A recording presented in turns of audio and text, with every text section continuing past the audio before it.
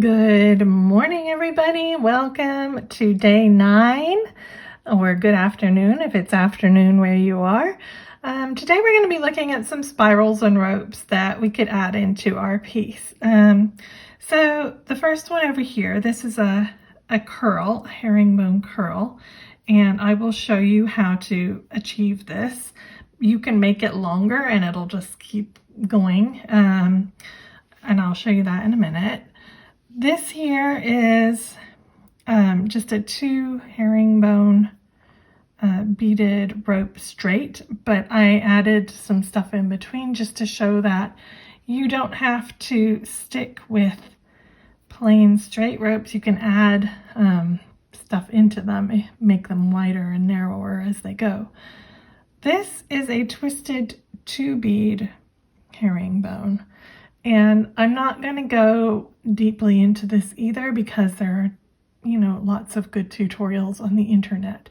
But if you search up 2 bead herringbone, you'll find some good tutorials for how to make that twist. 2 bead herringbone twist, sorry.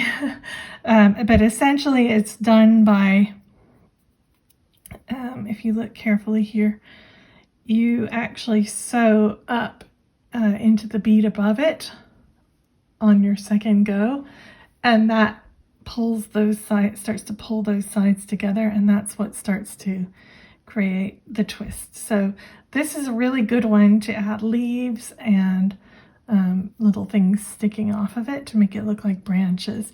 And because it's only 2 beads, it works up pretty quickly. And then this is your 4 bead herringbone twist.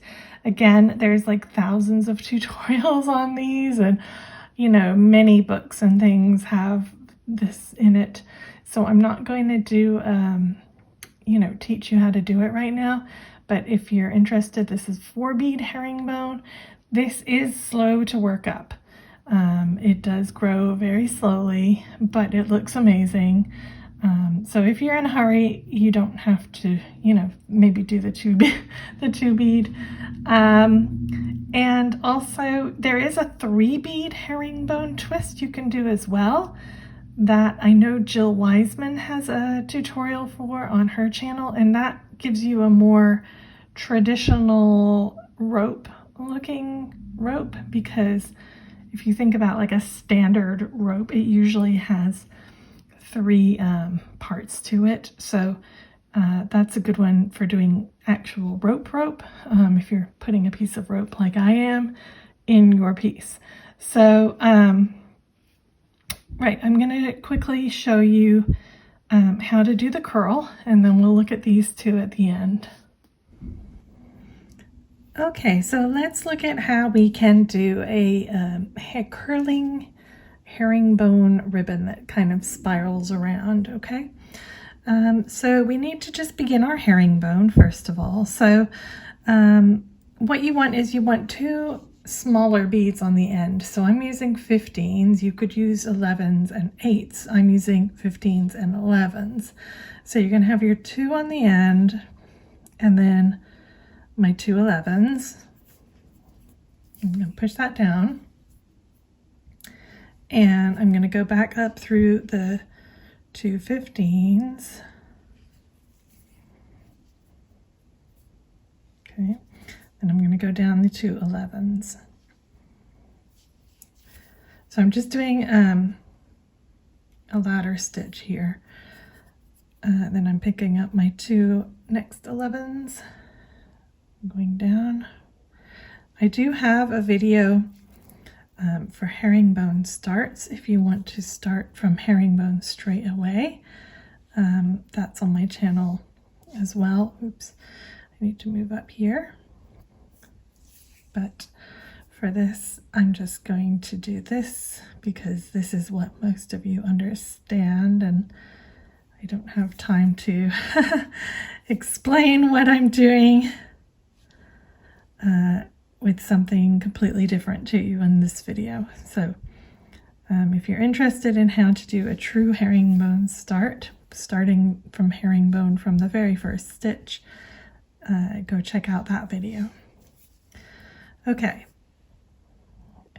so I'm just doing 6 a nice even number for easy turnarounds. And on the end here, I'm doing 2 15s. So I've got 2 15s at the beginning and I've got 2 15s at the end here.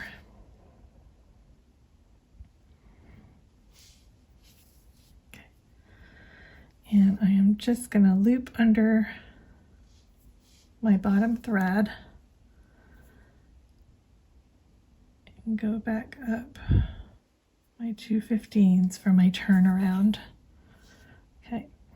All right, so now you just continue on and you just do regular herringbone. So pick up a 15 on the end and then an 11, and you just carry on as you normally would if you were doing a herringbone strip. So you go down and you go up, you pick up 2 11s, go down,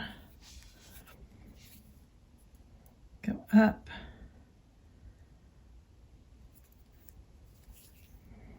pick up an 11 and a 15, oops, 11 and a 15, I go down the 15,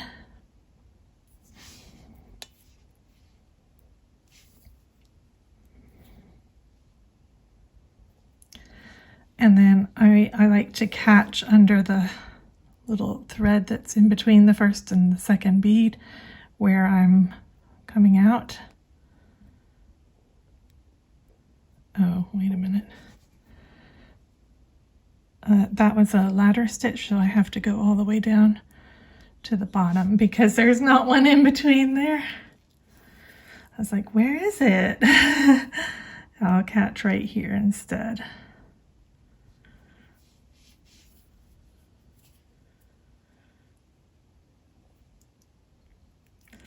Okay, and now I can go up all 3.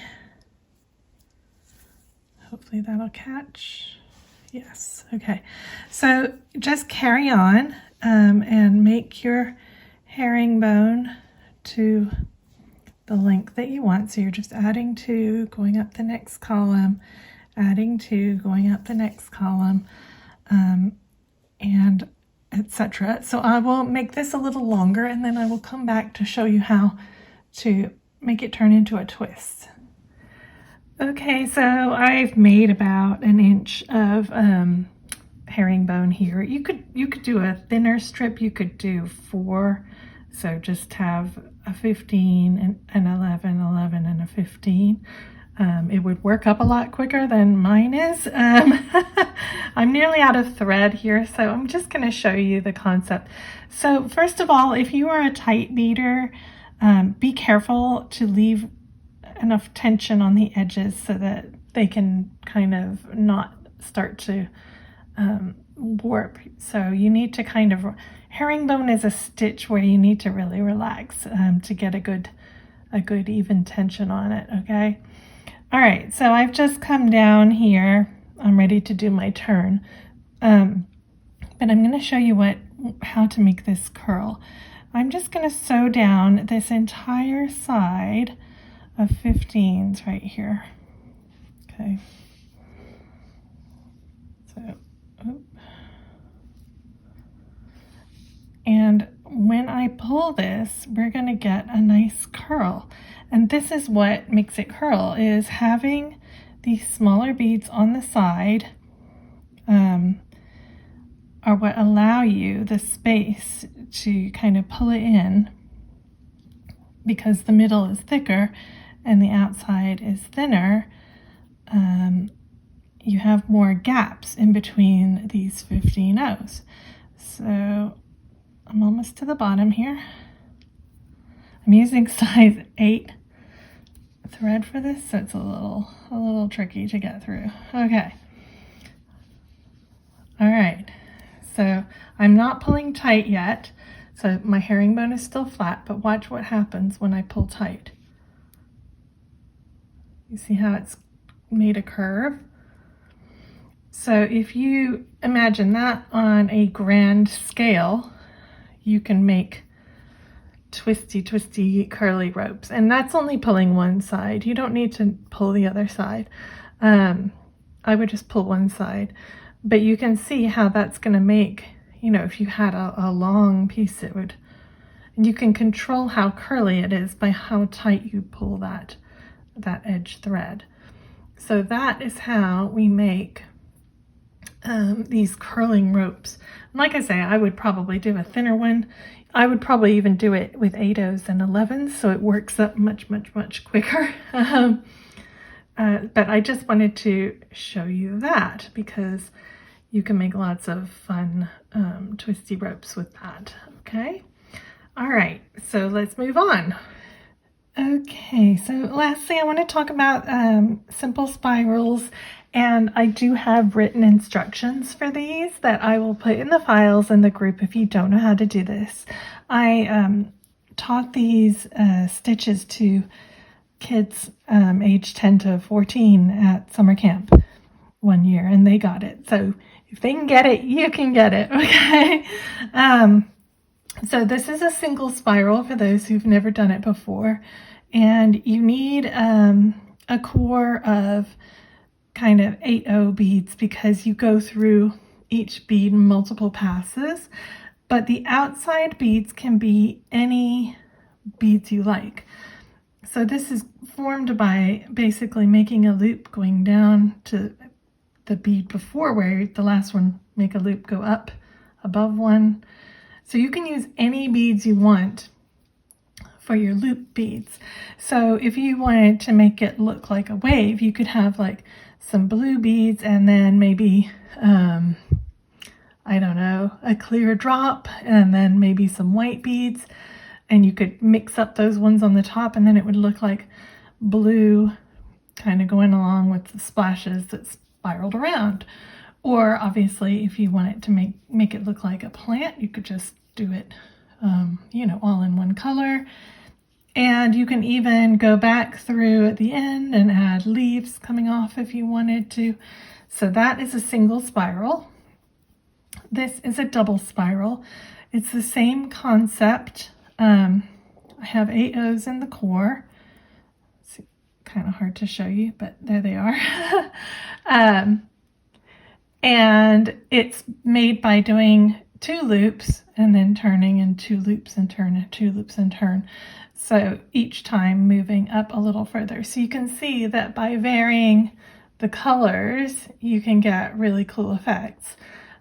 If you want 2 things to look like they are twisting around each other, this is a good stitch. Again, this is going to be slower because it's, you know, you're doing twice as much stitching as you would on this, where you're doing 1 loop. Here you're doing 2 loops, so it takes twice as long. Okay, so that's really it for today.